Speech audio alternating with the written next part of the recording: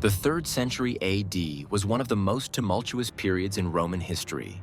Known as the Crisis of the 3rd Century, from 235 to 284 AD, this era was marked by political instability, military disasters, economic decline, and social upheaval.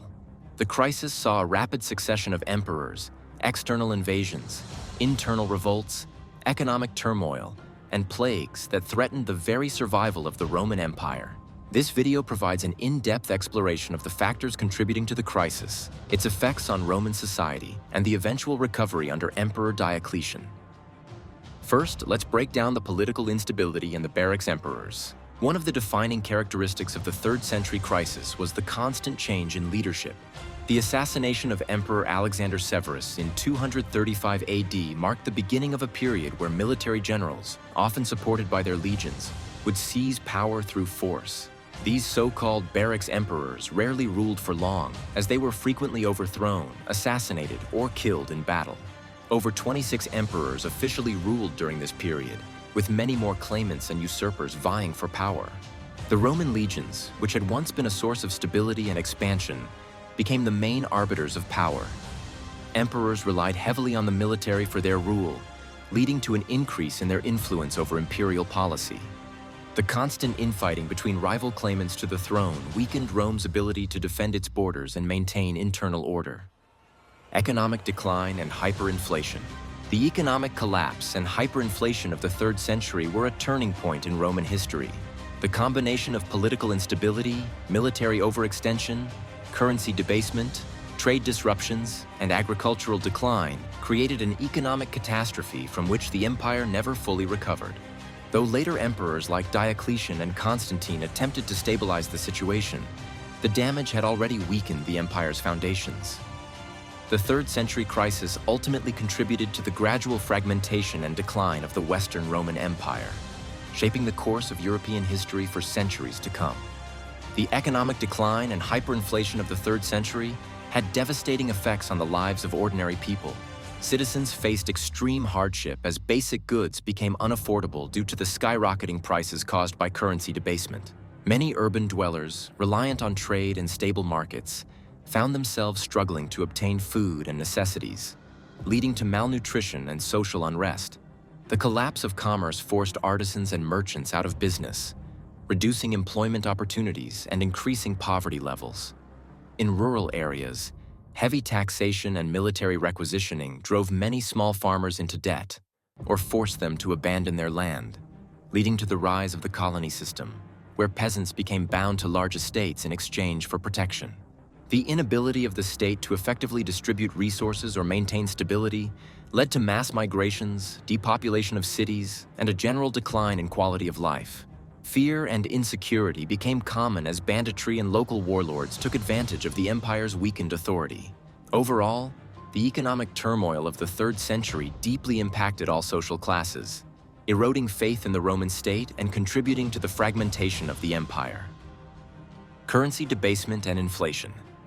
Facing continuous military conflicts, political turmoil, and administrative inefficiencies, emperors increasingly resorted to reducing the silver content of the denarius to fund their expenditures, particularly to pay soldiers and maintain the vast imperial bureaucracy. This practice, known as currency debasement, involved mixing more base metals, such as copper, into silver coins while maintaining their face value, which eroded trust in the currency. As a result, prices soared because merchants and citizens demanded more debased coins to compensate for the declining silver content, leading to rampant inflation. By the time of Emperor Gallienus, 253 to 268 AD, the denarius had virtually lost all of its silver, contributing to a breakdown in trade, a decline in urban economies, and a shift towards barter systems and localized economies. The crisis worsened as the empire fragmented, with regions like the breakaway Gallic and Palmyrene empires issuing their own currencies. External invasions and barbarian threats. During the 3rd century, the Roman Empire faced a series of external invasions and barbarian threats that significantly contributed to the period's crisis and instability. Rome's frontiers were under constant pressure from various groups, particularly along the Rhine and Danube rivers in the west and the Persian frontier in the east. In the north, Germanic tribes such as the Alemanni and Franks frequently raided Roman territories, sacking key cities and breaching the empire's defenses. The Alemanni even managed to reach Italy, while the Franks launched incursions into Gaul and Spain. On the Danube frontier, the Goths emerged as a formidable threat, attacking Roman provinces in the Balkans and even launching naval raids across the Black Sea to plunder coastal cities in Asia Minor and Greece. One of the most devastating Gothic invasions resulted in the death of Emperor Decius in 251 CEE at the Battle of Abratus. Meanwhile, in the east, the Sassanid Persian Empire under King Shapur posed a serious challenge, launching aggressive campaigns against Rome's eastern provinces. Shapur's forces captured key cities, including Antioch, and even defeated and captured Emperor Valerian in 260 CE, an unprecedented humiliation for Rome. These simultaneous pressures weakened the empire's ability to respond effectively, leading to economic strain, military overextension, and the rise of internal usurpers who sought to seize power amidst the chaos. The combination of barbarian invasions, Persian aggression, and internal fragmentation nearly caused the empire's collapse, necessitating major military and administrative reforms under later emperors, such as Aurelian and Diocletian, to restore stability. The impact of plague and disease. During the 3rd century, the Roman Empire was ravaged by devastating outbreaks of plague and disease, most notably the Plague of Cyprian from 249 to 270 CE, which had a catastrophic impact on the empire's population, economy, and military strength. Named after the Christian bishop Cyprian of Carthage, who documented its effects, the plague, possibly smallpox, measles, or a hemorrhagic fever, spread rapidly across the empire, killing thousands daily at its peak and severely depleting Rome's manpower. The high mortality rate led to severe labor shortages, which in turn disrupted agriculture, trade, and taxation, worsening the already fragile economy. The plague also had dire consequences for the Roman military, as recruitment became more difficult and entire legions were weakened by sickness, leaving Rome vulnerable to external invasions from Germanic tribes and the Sassanid Persians. Socially, the widespread death and suffering led to heightened religious fervor, with many turning to Christianity for solace, while others blamed Christians for angering the gods, leading to periods of persecution. The crisis further destabilized the empire during the already turbulent crisis of the 3rd century, exacerbating political fragmentation as emperors struggled to maintain control while dealing with depopulated cities, a declining tax base, and an overstretched army. Ultimately, the repeated waves of disease contributed to the empire's overall decline in the 3rd century, highlighting the vulnerability of even the mightiest civilizations to the ravages of pandemics. Changes in the military structure. The Roman military underwent significant structural changes in response to the empire's deepening crises, including constant invasions, internal rebellions, and economic instability.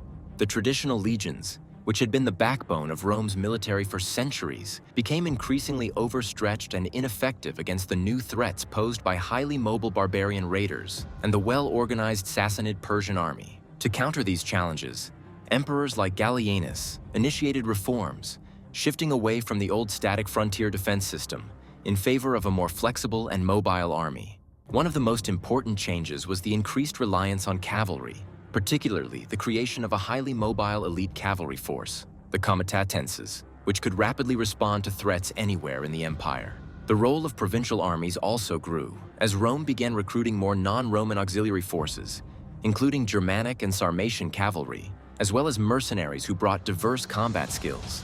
At the same time, the command structure evolved, with greater authority given to individual generals, duces, leading to the decline of the traditional senatorial influence over the military and the rise of professional soldier emperors. The increasing militarization of politics also meant that army loyalty became the key to imperial legitimacy, resulting in frequent coups and power struggles as various generals vied for control. Additionally, the empire's economic struggles forced military leaders to rely more on local resources and self-sufficiency, further decentralizing power. These reforms, though initially a response to crisis, laid the foundation for the late Roman military system that would continue into the Byzantine era, emphasizing mobility, cavalry dominance, and a more professionalized multi-ethnic fighting force. The reforms of Diocletian. The reforms of Diocletian from 284 to 305 CE were among the most transformative in Roman history, recognizing that the empire had become too vast and unwieldy for a single ruler to govern effectively. Diocletian introduced the Tetrarchy in 293 CE, dividing power among 4 rulers, 2 senior emperors, being Augusti, and 2 junior emperors, being Caesars, to improve administrative efficiency and defense. This system allowed for quicker responses to military threats, particularly from Germanic tribes in the west and the Sassanid Persians in the east. Alongside this political restructuring, Diocletian implemented sweeping military reforms, expanding the army and reorganizing it into more mobile field units, comitatenses, and frontier forces, limitanae, ensuring better protection of Rome's borders. Economically, he attempted to curb inflation and stabilize the currency by introducing new standardized coinage, while his edict on maximum prices, 301 CE, sought to control rampant price gouging, though it largely failed due to enforcement difficulties. He also overhauled the taxation system, introducing more systematic and predictable tax assessments based on land and population censuses, ensuring a steadier revenue stream for the state. Socially and politically, Diocletian reinforced imperial authority by adopting elaborate court ceremonies and presenting himself as a semi-divine figure, distancing the emperor from the traditional role of princeps and moving toward the more autocratic dominus model of rule. His reforms also included aggressive persecution of Christians, as he saw their refusal to participate in state religious practices as a threat to imperial unity. Though the Tetrarchy eventually collapsed due to internal power struggles, Diocletian's reforms fundamentally reshaped the Roman Empire, strengthening its administrative and military structures and laying the groundwork for the more centralized and bureaucratic governance of the later Roman and Byzantine periods. Conclusion. The 3rd century crisis was one of the darkest periods in Roman history, but it ultimately set the stage for significant transformations. While the empire survived, it was forever changed. The shift from a single ruler system to the Tetrarchy, along with economic and military reforms, laid the groundwork for the later Byzantine Empire. The crisis demonstrated both the resilience and the fragility of Rome, providing lessons that would influence the empire's future trajectory. That's all we got for you today. We appreciate you guys watching and make sure to let us know how you liked the video. Don't forget to like and subscribe, and have a good day.